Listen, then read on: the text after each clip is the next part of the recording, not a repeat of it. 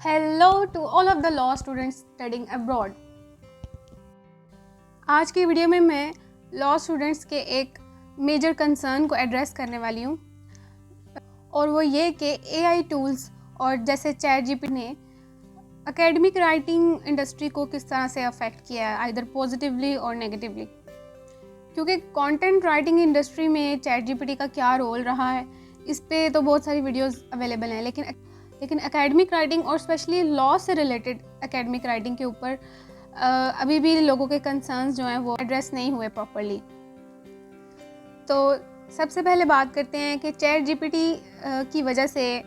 Law academic writers को या law students को फ़ायदा क्या हुआ है, बेनिफिट क्या हुआ है।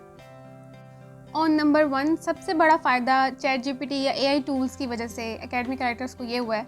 कि पहले जो स्टूडेंट्स या राइटर्स को एक 2000 वर्ड्स की कोर्स वर्क असाइनमेंट में 7 डेज़ लगते थे, और अब चैट जीपीटी की वजह से अब वही सेम क्वालिटी की असाइनमेंट लिखने में उनको हार्डली 3 से 4 दिन लगते हैं। मतलब थोड़े से दिनों में उनका वही क्वालिटी, और वो इस तरह से कि 7 दिन पहले इसलिए रिक्वायर्ड होते थे कि 3 दिन तो स्टूडेंट्स को उस टॉपिक से रिलेटेड अपना कॉन्सेप्ट बिल्डिंग में ही टाइम लग जाता था, और रेलिवेंट आर्ग्यूमेंट्स, इतने सारे रिसर्च पेपर्स पढ़ने के बाद उनको रेलिवेंट आर्ग्यूमेंट्स बड़ी मुश्किल से मिलते थे, वो भी करने, इसलिए 3 दिन उनको अपनी कंसेप्ट बिल्डिंग में और आर्ग्यूमेंट्स तलाश करने में और अपना ओपिनियन और क्रिटिकल एनालिसिस बिल्ड करने में, और जो सवाल पूछा गया है उसका आंसर तलाश करने में 3 दिन लग जाते थे। उसके बाद 2 दिन राइटिंग में और 1 दिन की ब्रेक भी चाहिए होती है, क्योंकि राइटर्स ब्लॉक का इशू होता है थोड़ा सा। आपको मज़ीद बाद में दोबारा भी नोट्स मेकिंग और दोबारा से एक दफ़ा रीडिंग करनी पड़ती है, और 1 दिन लगता है पूरा उसकोला रेफरेंसिंग इंक्लूडिंग फुटनोट्स और बिब्लियोग्राफी, और उसके अलावा रिवीजन्स, थोड़े ग्रामेटिकल एरर और अपने लास्ट प्रूफ रीडिंग के लिए भी। मतलब इन सब चीज़ों को टोटल मिला के अगर आप एक क्वालिटी असाइनमेंट लिखना चाह रहे हैं कि जो 80+ मार्क्स लेके आए, उसको 7 डेज़ लगते हैं। लेकिन चैट जीपीटी से हेल्प आउट इस तरह से हुआ है कि वो जो शुरू में 3 दिन लगते थे रिसर्च करने में, रेलिवेंट पहले कॉन्सेप्ट बिल्डिंग में और फिर रेलिवेंट आर्ग्यूमेंट्स तलाश करने में, वो अब आप चैट जीपीटी से पूछते हैं कि जी मैं इस टॉपिक को क्रिटिकली एनालाइज करना चाह रहा हूँ, मुझे नहीं पता कि ये वन साइड ऑफ आर्ग्यूमेंट, एक ये आर्ग्यूमेंट है और एक ये आर्ग्यूमेंट है, इन दोनों में से बेहतर आर्ग्यूमेंट कौन सा है। तो चैट जीपीटी वो आपको फ़ौरन से आपका कंसेप्ट भी बिल्ड कर देता है, 1 से 2 प्रॉम्प्ट्स में वो आपका कंसेप्ट भी क्लियर कर देता है, और दूसरे तीसरे प्रॉम्प्ट में वो आपको पूरा क्रिटिकल एनालिसिस, मतलब आपको रिज़ल्ट पहले मिल जाता है। उसके बाद आपका काम सिर्फ रह जाता है कि उस रिज़ल्ट को बैक करने के लिए, उसको सपोर्ट करने के लिए आपने मज़ीद रिसर्च करके और रेलिवेंट आर्टिकल्स वो भी आपको ईज़िली मिल जाते हैं, क्योंकि आपको अपना रिज़ल्ट पता होता है, आपको जार्गन्स पता चल जाते हैं कि मैंने क्या सर्च करूँगा तो बिल्कुल मुझसे रिलेटेड जर्नल आर्टिकल या बुक मेरे सामने आ जाएगी। एक और बेनिफिट जो चैट जीपीटी की वजह से थोड़ा सा मुझे लगता है कि एक तो टाइम मिनिमाइजेशन मैंने आपको बताया था, सेकंड ये कि आपकी एक क्वेश्चन स्टेटमेंट है, आपने उसकी अंडरस्टैंडिंग भी कर लिया है, आपको उसका एनालिसिस करके आपको वो भी मिल गया कि ये इसकी क्रिटिकल एनालिसिस में कौन सा आर्ग्यूमेंट जो है वो ज़्यादा वैलिड है और कौन सा आर्ग्यूमेंट जो थोड़ा वीक है, आपको ये भी पता, रिजल्ट भी पता चल गया। ठीक है, अब आप उसको एक पैराग्राफ सा लिख के देंगे, वो प्रॉम्प्ट आपने अच्छी सी जनरेट करनी है, तो फिर आप उस चैट जीपीटी से पूछेंगे कि मुझे इसका स्ट्रक्चर बता दो, मैं इस पे ऐसे लिखना चाहता हूँ, इस ऐसे का मुझे स्ट्रक्चर बताओ। तो वो हेडिंग्स और सब हेडिंग्स की फॉर्म में इतने अच्छे आपको दे देता है ना आइडियाज़। आपने वो सारी लिखनी नहीं है, वो सारी लिखने के काबिल नहीं होती जो चैट जीपीटी आपको बताता है। आपने आइडिया लेना है, उसमें से कोई ना कोई एक हेडिंग जो है ना वो आपको हिट कर जाती है कि ये अच्छी है, ये आप बहुत एग्जैक्टली उस पॉइंट को एड्रेस कर रही है, उसके साथ सूट कर रही है जो आप पैराग्राफ में बात कहना चाह रहे हैं अपनी असाइनमेंट में किसी भी जगह पे। तो एक ये फ़ायदा है, चैट जीपीटी आपको ब्रेनस्टॉर्मिंग, जो स्ट्रक्चर से रिलेटेड ब्रेनस्टॉर्मिंग करने में हेल्प कर देता है। अब बात करते हैं कि चैट जीपीटी ने नेगेटिवली किस तरह से इम्पैक्ट किया है लॉ एकेडमिक राइटिंग इंडस्ट्री को। सबसे पहले जैसा कि मैंने बताया कि जो लॉ स्टूडेंट्स खुद अपनी असाइनमेंट बनाते हैं, उनके लिए तो ये एक गुड न्यूज़ है कि उनका कम टाइम में अब वो अपनी क्वालिटी असाइनमेंट कम टाइम में भी बना पाएंगे, और वो अपने पार्ट टाइम जॉब्स और दूसरी एक्टिविटीज़ पे फोकस कर सकते हैं। लेकिन जो स्टूडेंट्स दूसरे राइटर से बनवाते हैं, उनके लिए बैड न्यूज़ है। वो इस तरह से कि पहले स्टूडेंट्स दूसरे राइटर से बनवाते थे, ठीक है, टर्निटिन से उनका प्लेजरिज्म चेक कर लेते थे, वो ज़ीरो दिखा देते हैं, लेकिन थोड़ा सा रीड करने से ही उनको पता चल जाता था कि इररेलेवेंट सिर्फ पैराफ्रेजिंग टूल्स से वर्ड्स को गुजार के और उन्होंने एक कुछ चंद पेजेस बना के उनको दे दिए जो कि रेलिवेंट क्वेश्चन से रेलिवेंट भी नहीं है। तो स्टूडेंट्स जल्दी रिकॉग्नाइज कर लेते थे कि ये राइटर ने हमारे साथ स्कैम किया है और ये इसने इररेलेवेंट और फजूल सी एक असाइनमेंट लिख दी है जो on the first instance reject हो जाएगी प्रोफेसर्स की तरफ से। लेकिन अब क्या हुआ है कि चैट जीपीटी की वजह से अब जो नॉन लॉ बैकग्राउंड वाले राइटर्स भी हैं वो भी स्कैमर्स, उनको स्कैम करने का एक और तरीका मिल गया है। वो अपने आप को लॉ बैकग्राउंड का शो करवाते हैं और चैट जीपीटी को ही यूज़ करते हुए, क्योंकि क्वेश्चन स्टेटमेंट तो उनके पास होती है, स्टूडेंट ने प्रोवाइड की होती है, वो वही क्वेश्चन स्टेटमेंट बस पुट करते हैं और चैट जीपीटी को कहते हैं further more please elaborate in detail further more, इस तरह की प्रॉम्प्ट्स दे के वो 2000 3000 आप जितने भी वर्ड्स कहेंगे वो आपको उससे जनरेट करके ला देंगे और आप उसको देख के समझ भी नहीं पाएंगे कि ये इररेलेवेंट लिखा है या रेलेवेंट लिखा है। और वो स्टूडेंट जो इतना डीप रीडिंग नहीं करता, जिसके पास इतना टाइम नहीं है कि वो प्रॉपरली रीड करे, ऑब्वियसली जिसके पास टाइम नहीं होता वही आउटसोर्स करता है अपना काम, वरना जिसके पास टाइम हो वो अपनी असाइनमेंट खुद ही बना ले। तो ऑब्वियसली इनके पास, स्टूडेंट्स के पास नहीं टाइम होता, तो वो बस सुपरफिशियल सा रीड करते हैं, उनको रेलिवेंट लगता है तो वो उनको पेमेंट करके और अपनी असाइनमेंट सबमिट करवा देते हैं। उसके बाद वो फेल होने के साथ साथ उनके ऊपर प्लेजरिज्म ऑफेंस भी आता है और उसके बाद आगे से आगे, जैसे मैंने अपनी पहले वाली वीडियो में डिस्क्राइब किया कि किस किस्म के इश्यूज़, बहुत सीरियस किस्म के इश्यूज़ फेस करने पड़ जाते हैं स्टूडेंट्स को। और चैट जीपीटी से लिखा हुआ जब कोई राइटर आपको सबमिट कराता है असाइनमेंट, तो वो देखने में एक तो रेलिवेंट लग रही होती है और उसके अलावा अगर उसकी डीप रीडिंग की जाए तो आपको पता चलता है कि जी सवाल गंदुम और जवाब चना दिया हुआ है। आपको ऊपर से देखने में जो आधी असाइनमेंट है ना, आधी से ज़्यादा असाइनमेंट आपको लगेगी कि ये तो बहुत रेलिवेंट लिखा हुआ है, लेकिन जब आप उसका कंक्लूजन देखेंगे ना, एंड रिजल्ट, जो एंड पे क्रिटिकल एनालिसिस, जो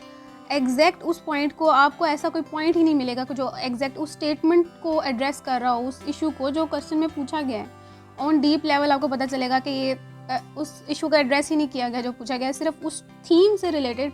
जो भी इंफॉर्मेशन उसको मिली है और उसने चैट जीपीटी और पैराफ्रेजिंग टूल से गुजार के आपको दे दी है, जो कि टर्निटिन भी रिकॉग्नाइज नहीं कर पा रहा है कि जी एआई यूज़ हुआ है और प्लेजरिज्म भी नहीं आ रहा और आपको लगता है बहुत अच्छी असाइनमेंट है, और फिर स्टूडेंट सबमिट करवा देते हैं और एंड देन फेल और उनके साथ स्कैम हो जाता है। इसलिए मेरी स्टूडेंट को एडवाइस है जो अपना आउटसोर्स करते हैं, दूसरे राइटर से बनवाते हैं, असिस्टेंस लेते हैं, वो एटलीस्ट अपनी असाइनमेंट या तो खुद रीड कर लिया करें या किसी और प्रोफेशनल से एक दफ़ा प्रूफ रीड करवा लिया करें। आपकी कोई बड़ा बहन भाई, कोई फ्रेंड जो थोड़ा एक्सपर्ट है,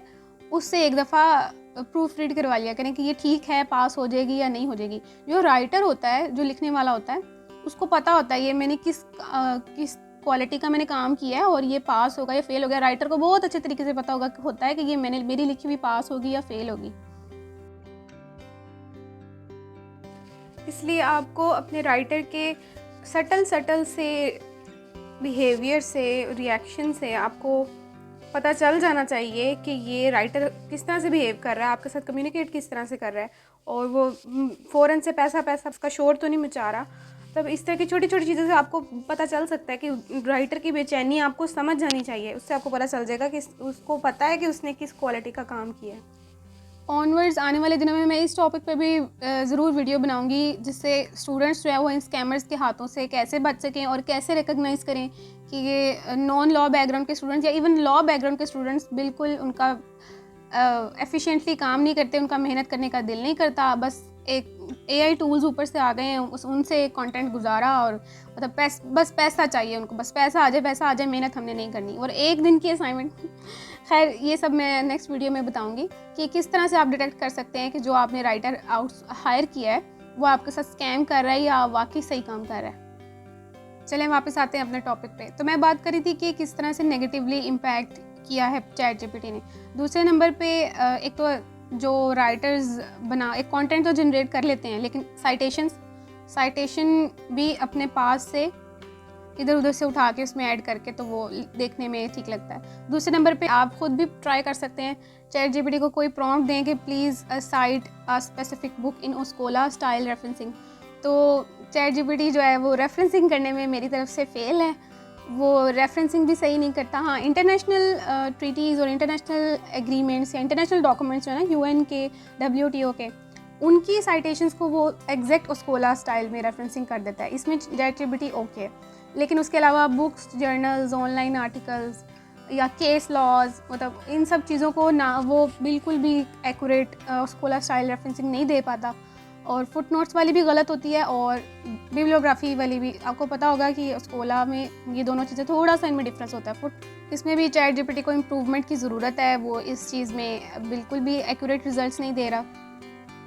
उसके अलावा नेगेटिव एक इम्पैक्ट ये है कि चैट जीपीटी की लिमिटेशन सिर्फ सितंबर 2021 तक के डाटा की है, और जो प्रोफेसर्स हैं वो ज़्यादातर असाइनमेंट्स जो वो देते हैं, असाइनमेंट क्वेश्चंस देते हैं, वो रीसेंट करंट इश्यूज़ से रिलेटेड, या कोई न्यू लेजिस्लेशन आ रही है या बिल पास हुआ है, वो कुछ ना कुछ इस तरीके से उन्होंने देना होता है ज़्यादातर। तो वो उसको असेस नहीं कर पाता और पुराने आर्ग्यूमेंट्स और पुराने लेजिस्लेशन के अकॉर्डिंग वो आपको एक डाटा दे देता है, तो वो फिर आपकी असाइनमेंट फिर फेल हो जाती है कि इन्होंने तो रेलिवेंट उसको, उनको पता ही नहीं है कि न्यू लेजिस्लेशन आ गई है, पहले वाली रिपील हो गई है या अमेंडमेंट हो गई है, या कुछ भी नया आया है। तो वो टीचर फिर आपके मार्क्स जो है ना वो कट डाउन हो जाते हैं। उसके अलावा मैंने एक और एक्सपेरिमेंट करके देखा था चैट जीपीटी के साथ। मैंने इसको एक स्टेटमेंट दी कि मुझे इस पर क्रिटिकल एनालिसिस चाहिए लॉ से रिलेटेड, और फिर उसने मुझे एक कंटेंट जनरेट करके दे दिया। फिर मैंने चैट जीपीटी को कहा कि आपने ये जो मुझे आंसर दिया है इसके मुझे एग्जैक्ट रेफरेंसेस बताओ, और वो भी ओस्कोला स्टाइल में, और सोर्सेज बताओ बुक से, जर्नल से, और रेलिवेंट अगर केस लॉ का भी जिक्र अक्सर कर देता है। अगर आप चैट जीपीटी को प्रॉम्प्ट दें ना कि answer this question with relevant case laws, तो वो आपको केस लॉ के नाम भी बता देता है, लेकिन उसकी साइटेशन फिर नहीं मिलती। अक्सर इसके बताए हुए, एक और चीज़ मैंने नोट किया, इसके बताए हुए केस लॉज एग्जिस्ट अक्सर उनकी साइटेशन ही गूगल पे नहीं मिलती। अजीब है, या वो फिक्टिशियस होते हैं। फिर जब मैंने पूछा, हाँ मैंने इसको कहा कि मुझे रेफरेंसेस बताओ, उसने मुझे रेफरेंसेस बताए, उसने मुझे बुक्स बताई, जर्नल्स बताए, ऑनलाइन वेबसाइट्स बताई, केस लॉज बताए, और फिर मैंने उससे पूछा कि ये तो एग्जिस्ट ही नहीं करते। तो फिर चैट जीपीटी ने मुझे बताया कि हाँ ये फिक्टिशियस हैं, अगर आपको एक्चुअल चाहिए तो आप मुझे, उसने कहा कि गूगल की एक्सेस नहीं है तो आप उधर। फिर मैंने वो एक्चुअल का वर्ड नोटिस कर लिया। फिर मैंने उसको लिखा कि please give me actual existing references, तो वो उसने दिए मुझे। मैंने उसको 10 उसने मुझे रेफरेंसेस दिए, उसमें से मुझे हार्डली 4 मैंने दोबारा से जाके क्रॉस चेक किए गूगल पे जाके। सिर्फ मुझे उनमें से 4 जो थे वो गूगल पे मिल गए, वो भी बड़ी मुश्किल से, और जो बाकी के 6 थे वो भी ऐसे जर्नल्स और बुक्स थे जो कि गूगल के पास उसकी इन्फॉर्मेशन नहीं थी। मतलब इसकी वीकनेस है इस मामले में, अभी इसको मज़ीद इम्प्रूवमेंट की ज़रूरत है। और तमाम इंटरनेशनल स्टूडेंट्स ऑफ लॉ और जो लॉ एकेडमिक राइटर्स हैं उनके लिए मेरा एक वार्निंग मैसेज है, वार्निंग मैसेज कह लें इसको, या एडवाइस कह लें। वो ये कि सिर्फ स्टूडेंट्स को या उन राइटर्स को नहीं पता कि चैट जीपीटी और एआई टूल्स आ चुके हुए हैं मार्केट में। वो प्रोफेसर्स जिन्होंने आपकी लिखी हुई असाइनमेंट्स चेक करनी है वो भी इसी दुनिया में रहते हैं, उनको भी पता है कि चैट जीपीटी और दूसरे एआई टूल्स और पैराफ्रेजिंग टूल्स